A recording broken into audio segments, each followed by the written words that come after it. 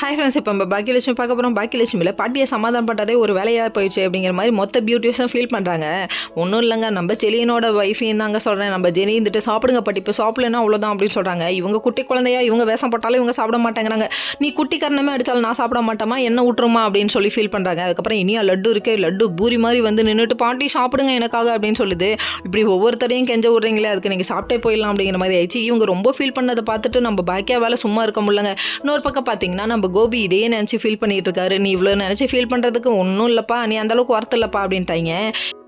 இவங்க எல்லாம் மூஞ்ச திருப்பிக்கிட்டு போகிறது என்ன, அண்ணன் எப்போ போவான் தின்ன எப்போ காலியாகும்னு சொல்லுவாங்களே, அந்த டைலாக் தாங்க. எப்போ ரூம் நமக்கு கிடச்சிருச்சின்னு சொல்லிட்டு இந்தம்மா ட்ரெஸ் எடுத்துகிட்டு வந்து கொண்டு வந்து வைக்கிறது என்ன, மூஞ்ச 7 முழத்துக்கு கொண்டு போகிறது என்ன அப்படிங்கிற மாதிரி ஆயிடுச்சு.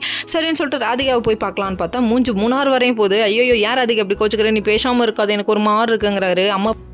உங்கள் அம்மா போயிட்டாங்கல்லடா, இப்போ நீ சந்திரமுகிலேருந்து நார்மல் மனுஷனுக்கு வந்துடுவேன்னு எனக்கு தெரியும்டான்னு சொல்லிட்டு ரிவீட் மேலே ரிவீட் அடிக்கிறாங்க. ஐயோ முன்னாடி செஞ்சதெல்லாம் பின்னாடி வினையாக வந்து நிற்கிதே அப்படின்னு சொல்லிட்டு ஃபீல் பண்ணுறாரு. ஃபீல் பண்ணாங்க கோபி அப்படிங்கிற மாதிரி ஆறுதலை போட்டாச்சு. மறுநாள் காலையில் விடுதுங்க.